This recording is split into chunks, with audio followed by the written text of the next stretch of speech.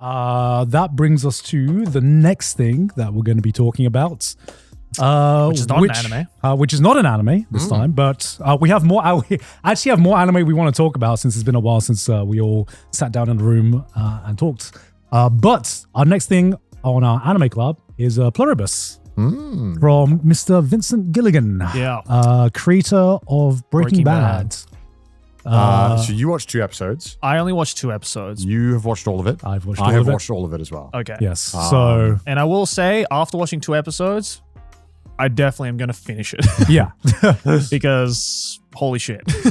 So do you want to maybe explain then, because you watched it very recently, the rough premise? Sure. Or should Garn? Because Garn's good at this. I don't know. I'll let Joe do it since it's more fresh. This is going to suck. Okay, so explain roughly what happens in episode 1. So Okay. So kind of hook them. So I watched this a couple weeks ago, so I'm trying to remember. Oh, okay. Okay. Okay, maybe Garn. Yeah, maybe Okay. Garn should, yeah. Basically, Pluribus is a different kind of take on the alien invasion kind of genre. Yes. Because it's hard to tell whether it's an invasion or not. So you get introduced to I don't remember her name, but the most Karen you could ever like that Carol. has ever Carol. It should have been Karen because I couldn't stop thinking of her as a Karen because this is basically the epitome of a Karen. Yes. You know. Karen saves the world. Yeah, Karen saves the world. And she is just going about her day, but in the background, there has been this signal that has been received from outer space, from a neighboring star. And somehow, after receiving this signal, it kind of like transforms the mind of certain people who interact with it. And eventually, this kind of like virus or whatever is spread all around the world, basically all at once. Basically, the beginning starts where one person kisses another person and they just get instantly infected. Then they kiss it starts with 2 lab people and one of them gets bitten by a rat Oh, that has that's the it. virus in it, right? That's it. And then they kiss. And then they kiss. And then they kiss. I forgot about that. Yeah. And then eventually it scales up to the point where they are dropping this virus or whatever the fuck this is all around the world. And this is like all episode 1. Yep. And then Carol is just in a bar with, I'm not sure if it's her girlfriend or her wife, but her partner. And everyone starts tweaking the fuck out. Everyone just like goes into like seizure mode. She's like, what the fuck? She goes to the hospital. Everyone's still like just out of commission. She's like, is the world coming to an end? And then suddenly everyone just stops, stands up at the same time, and just in unison just cleans up the mess that has been made on Earth. Yeah. And so she's freaking out. Unfortunately, her partner didn't wake up. She unfortunately has lost her life. Yeah. So Carol freaks out. She goes home and she turns on the TV.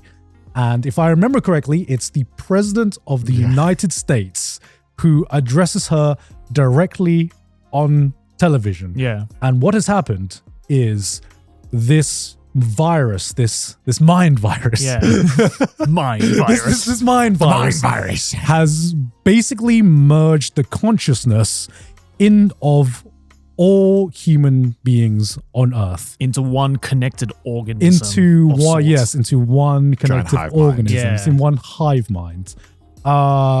And that is basically the hook of the first episode. Yeah. And I thought it was a very, very strong hook. And a very, very strong first episode. Those first 2 or 3 episodes, I'd say, are very, very strong in like hooking you in. Yeah. And then as the show goes on, it's Vince Gilligan. So if you've watched Better Call Saul, Yeah.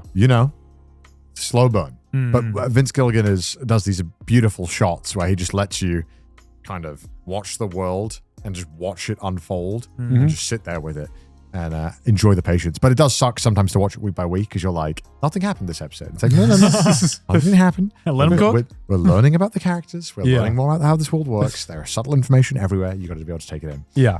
And then the second episode, we get more information as well about the visitors. The visitors. Which is that. And we start to know kind of how the hive mind operates and like what they can do, what they can't do, what threatens them, what helps them. Yeah, I was shocked when I watched the second episode first time because I was like, oh, they they kind of explain everything. Like we almost explained everything right away, which, you know, it's not really that much of a spoiler. It's the first 2 episodes where the aliens cannot turn these people, you know, 7 odd of these survivors over. They, for some reason, their DNA is resistant. Yeah. They're working on finding a way to turn them over. They can't kill anything either. They can't kill any animals. They can't pick any apples from trees. They can't harm any living thing in any way. They can eat an apple only if it drops from a tree naturally. So they do that, and they're also willing to do anything that any of the remaining human characters. It's like the happy ask. virus. So if they say, "Hey, we want a plane, get it for me," they'll bring a plane right away. No questions asked or anything. They will do anything for the people. And it's interesting. And I mean, watching the show, it's hard not to feel like it is, at least in the first season, it is just one big AI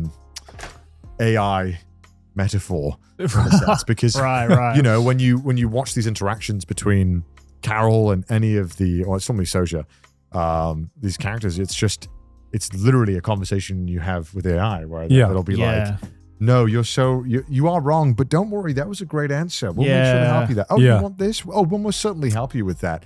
And you know, the invasion almost to me feels like not the invasion of like the mind, but it's like, okay, what is like, you know, this consciousness? It just feels very similar to like AI. I never thought about it like that. That's the way I've interpreted it, at least. Like, and because it's so willing to help every single aspect of this. Well, it's not just that, they talk like ChatGPT. They talk like ChatGPT, which is the obvious giveaway as well. Where you're like, you know, because ChatGPT is just famous for glazing you, no matter, unless you tell it not to. It's like it will just glaze you. And that's what all these characters do. And then I don't know if you got to it, and I mean, I don't know if it's okay to spoil one of the things, but I don't want to know. No. If it's not episode 2, I guess we won't spoil it. Yeah, I won't spoil it. God. Are you talking about the reveal midway? Yeah, I guess so. Okay. Probably not. No, I won't say. I'll get to it. Don't worry. Okay. And it's a slow burn, and I think that's what Vince Gilligan's always done really well. Is that you got to trust the method. Better Call Saul. If you go and watch just season 1, I remember watching it when it was airing. I was like, "Damn, this shit not as good as Breaking Bad." Season 6, I'm like, "This is better than Breaking Bad." Like I loved it by the end. The payoff is, I trust Vince. I trust him to kill. Because there's a lot of people who are complaining that it's too slow. Oh, really? Yeah, a lot of people midway being like, "Nothing happened this episode." Does it end with season 1, or is there going to be a season 2? Oh, I think there's going to be at least, I would say 2, 3, 4. I don't know. Okay, I mean, it feels like so much setup has happened, and it feels like there's even more to set up in another season. I don't think we're going to get answers to a lot of the stuff anytime soon. Okay. Yeah, I think I enjoyed it. I thought it was one of the most interesting concepts I've seen in a while, in terms of like conceptually, what if all of human consciousness merged into one being? What if Shinji didn't reject the LCL and decided to join it instead? You know, that's kind of like how I imagine this. This is all happening in the orange juice of End of Ava. That is basically what it is. I remember after like 2 episodes, I was like, this is a really interesting concept. I am unsure where the central conflict is going to come from. Yes. And I finished the season and I was like, I still am unsure where the central conflicts, you know, what is the conflict that we're going to be spending like all of these seasons? Is it going to be just turning everyone back into normal? Is that going to be the goal? If so, how are 7 people going to manage that when it's the entire globe? There wasn't enough information for me to like see where the trajectory of the story was going to take is. And after the ending of the first season, I definitely felt like, I know something's cooking, but I don't even know what dish it is right now. Yeah, I agree. You know what I mean? I mean, I that's like the one complaint that I feel like is quite valid, is that people just don't really know what the fuck is going on. Or where it's headed. But there's a nice smell coming out of the kitchen. Vince, I trust him. He's made 2 absolute banger shows. Given they happen in the Breaking Bad universe.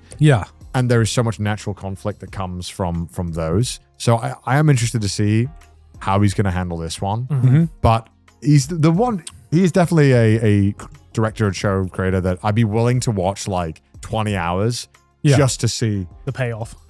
what he's cooking. Like even if I was bored. Yeah. I mean, there are some episodes where you're like, okay, hurry it up. Oh, okay. Hurry it up. There's a couple of like, it does, he does chew on it a bit, but I also really like it, how he does it. I like how he shows the world. Yeah. Because I think the big thing was that the first 2-3 episodes, you were just so engrossed by this concept that they've presented you, and they explore some like really interesting ideas. But then I was waiting for like some kind of like bigger conflict to kind of like, okay. I was hoping we'd see the start of it at least. Yeah. But Exactly. we didn't really get that. But instead, it's just like more time with the main character, who, fortunately, I'm not a big fan of. I mean, I feel like she was written. I get where she's coming from. Yeah, I feel like she was written to be unlikable. Yeah. And maybe there are some points where that was a bit too effective. Like the one scene in episode 2 where she's like, all right, guys, how are we going to fix the world? And everyone's like, bro, what? But I don't know if you know, we're on the president's plane right now. Like, we're fucking bowling. I'm good. Yeah. So when that character said that, like, it was this interesting, dimension where, like, it really does like make you wonder, like, who is in the right here? Is it Carol, who wants to just like put everything back to normal, but with it comes some like maybe some negative emotions and tragedy and all the things that make up the world? Yeah. Or is it better to just leave it as is and just everyone live huffing happy gas? Yeah. I mean, the question of right is even one that I would even question. It's like, I don't even think there is a right. Yeah. I think the motivations of each character so far are pretty genuine. They're valid. Yeah. I don't think anyone is trying to cause harm. They've been put in the situation. I think they're all just dealing with it traumatically. Totally. One way or another. Like the Indian woman who has the kid. Yeah. And she's like, that's my boy. Like, of course I'd understand. Like even if it was a fucking weird hive mind kid that somehow knows everything, I can understand why this character would be like, that's my kid. Yeah. Totally. Exactly. And it's just, different perspective over this one big event that has happened. And I think everyone has like a valid viewpoint based on what their character history was, and I feel like because of that, like I said, because of that, during like the middle part, it just meandered a little bit where it was just like, okay, where are we going with this? How, like, there are some like big revelations that happen like midway through, and then that really make you question, oh, okay, this is kind of like a big truth bomb, and then it gets like addressed almost immediately to be like, oh, okay, that actually makes sense, But I think that's also, I feel like that's what he's building up. I feel like what he's doing is, I don't know, like I'm trying to imagine, I in a world where there's some kind of fun payoff here that I'm anticipating is that we are almost trying to be lulled into a sense of security with this hive mind that they won't do anything bad. And I feel like as the show goes on, and perhaps maybe they become more desperate for their own reasons, I feel like it'll be the erosion of that safety that we've been completely lulled into, and every explanation makes sense, and everything makes, like, we're all like, okay, I guess that's fine. I guess you can grind, I guess you can do these things. Like, I think that is what they are trying to do, although it is frustrating at the end of the season not getting anything to be excited about. I think that's the biggest thing. Because I didn't leave the season being like, can't wait for season 2. It's like, I'll watch season 2 when it's out, but I'm not like, you're not gagging at it. Yeah. No, right? Like, it's not like a Game of Thrones peak cliffhanger back in the day when that was like, when that was all the rage. So I feel like, I just imagine that I'm hoping the central conflict will become from this hive mind as it kind of, I hope it starts to show cracks in the hive mind. Because I would say there is one character that gets introduced to the end that was just like, all right, I'm back in. I like this guy. You know who I'm talking about? Yeah. Yeah, made it interesting. Yeah. So, honestly, I think right now, the thing that draws me the most to this is how interesting the concept is. Yeah. And I almost wish they explored, like, even more interesting ideas regarding that concept. Because we did get a lot of character moments in here. And there were some points where I was just like, I don't even need a central conflict. I just want to explore some, weird shit that is the consequence of this huge world event. So worth it to finish season 1? I'd What would you say? You know, it might be a case of like in 4 seasons, it'll absolutely be worth it. Right. Yeah. Or it might not be, but It's hard to tell. It's really hard to tell, but I think Vince Gilligan has proven himself as a trusted person to watch in making thought-provoking and especially amazing character writing. Yeah. So I think... This made me want to go back and finish Breaking Bad. Yeah. If there's anyone who can probably make this kind of wish-washy ending of a first season into something spectacular, I think it's Vince Gilligan. Okay. So I think... It's going to be maybe on the back burner and maybe revisit in future when more seasons come. Sure. But we'll see. Because this is a good series, right? You know, in terms of production value, amazing. Yeah.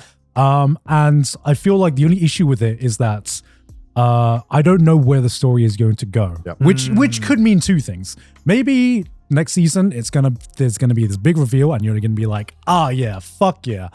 That was all worth it. Or maybe it's not. There is not enough early signs for me to say if, you know, which part of the road is going to walk down.